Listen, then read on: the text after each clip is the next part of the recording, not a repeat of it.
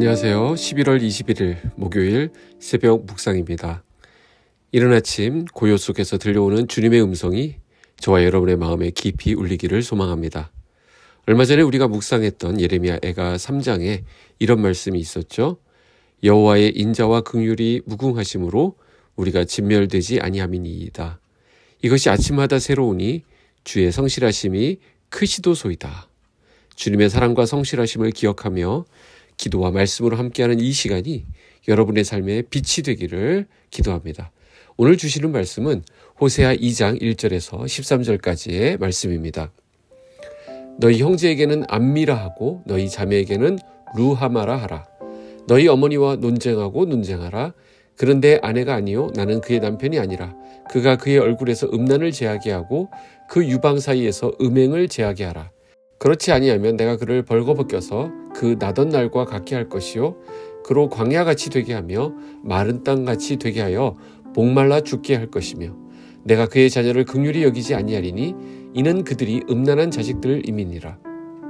그들의 어머니는 음행하였고 그들을 임신했던 자는 부끄러운 일을 행하였나니 이는 그가 이르기를 나는 나를 사랑하는 자들을 따르리니 그들이 내 떡과 내 물과 내 양털과 내 삶과 내 기름과 내 술들을 내게 준다 하였음이라. 그러므로 내가 가시로 그 길을 막으며 담을 쌓아 그로 그 길을 찾지 못하게 하리니 그가 그 사랑하는 자를 따라갈지라도 미치지 못하며 그들을 찾을지라도 만나지 못할 것이라. 그제야 그가 이르기를 내가 본 남편에게로 돌아가리니 그때 내 형편이 지금보다 나았음이라 하리라. 곡식과 새 포도주와 기름은 내가 그에게 준 것이요 그들이 바알을 위하여 쓴 은과 금도 내가 그에게 더하여 준 것이거늘 그가 알지 못하도다. 그러므로 내가 내 곡식을 그것이 익을 계절에 도로 찾으며 내가 내 새 포도주를 그것이 맛들 시기에 도로 찾으며 또 그들의 벌거벗은 몸을 가릴 내 양털과 내 삶을 빼앗으리라. 이제 내가 그 수치를 그 사랑하는 자의 눈앞에 드러내리니 그를 내 손에서 건져낼 사람이 없으리라. 내가 그의 모든 희락과 절기와 월삭과 안식일과 모든 명절을 패하겠고 그가 전에 이르기를 이것은 나를 사랑하는 자들이 내게 준 값이라 하던 그 포도나무와 무화과나무를 거칠게 하여 수풀이 되게 하며 들짐승들에게 먹게 하리라. 그가 귀고리와 폐물로 장식하고 그가 사랑하는 자를 따라가서 나를 잊어버리고 향을 살라 바알들을 섬긴 시일대로 내가 그에게 벌을 주리라. 여호와의 말씀이니라. 아멘. 자, 호세아서는 매우 독특한 선지서입니다. 호세아 선지자 개인의 이해할 수 없는 삶을 통해서 하나님의 메시지를 선포하고 있기 때문입니다. 하나님은 호세아에게 음란한 여인 고멜을 아내로 맞이하라고 명령하셨습니다. 이는 하나님과 이스라엘의 관계를 상징적으로 드러내는 사건이었죠.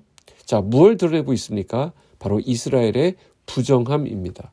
결국 고멜의 부정함은 하나님의 아내로 상징되는 이스라엘 백성이 하나님을 떠나서 우상을 섬긴 영적 가늠을 보여줍니다. 자, 오늘 본문 말씀은 법정 재판 형식으로 이스라엘의 죄를 고발하는데요. 하나님의 심판이 선언되고 있는 장면입니다. 하지만 이 법정은 단순히 이혼, 단절 이런 것들을 위한 것이 아니라 화해와 회복을 궁극적인 목적으로 하고 있음을 알 수 있습니다. 호세아를 통해 드러나는 하나님의 사랑은 심판을 넘어 회복으로 나아가는 길을 보여줍니다. 하나님은 오늘 본문에서 북이스라엘의 죄를 낱낱이 고발하고 계십니다. 어머니라고 비유된 북이스라엘은 나라 전체를 가리키고요. 또한 자녀들은 개개인을 지칭합니다. 북이스라엘은 고멜이 남편을 버리고 다른 남자들을 따랐던 것처럼 하나님을 떠나 바알을 숭배했습니다.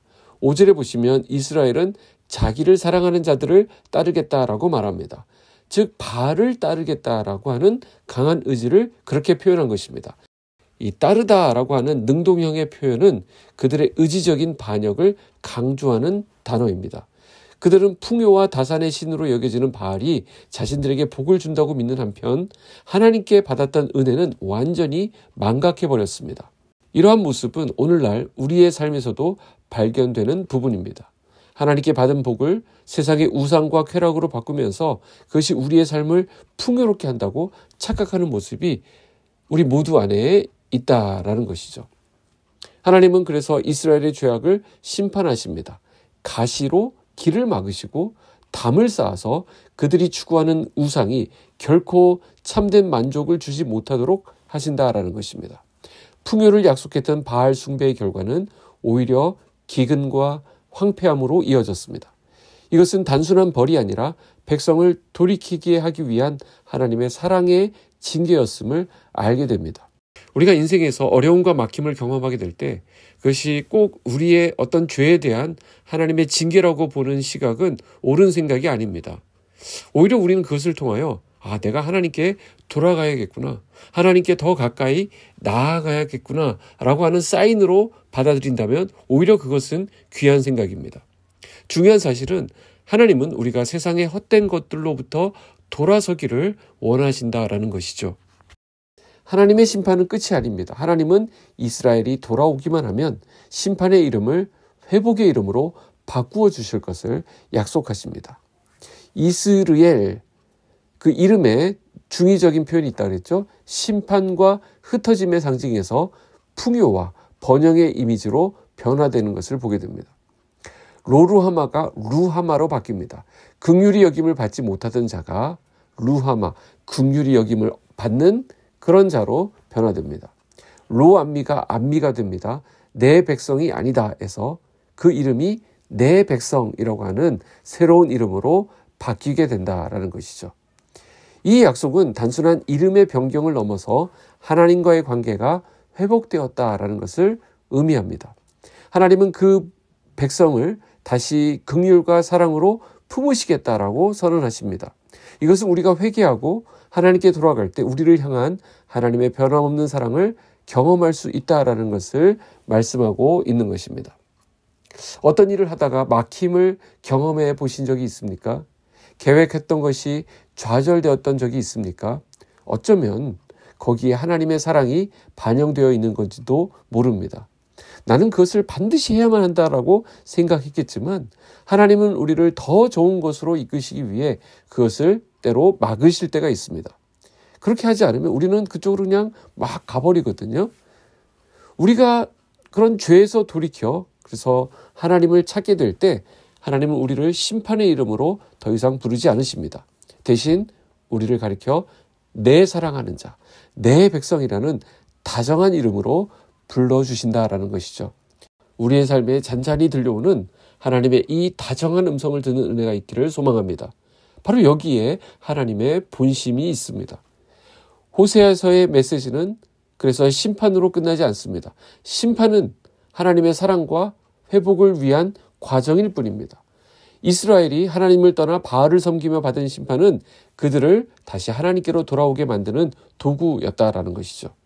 우리 삶에서도 마찬가지입니다.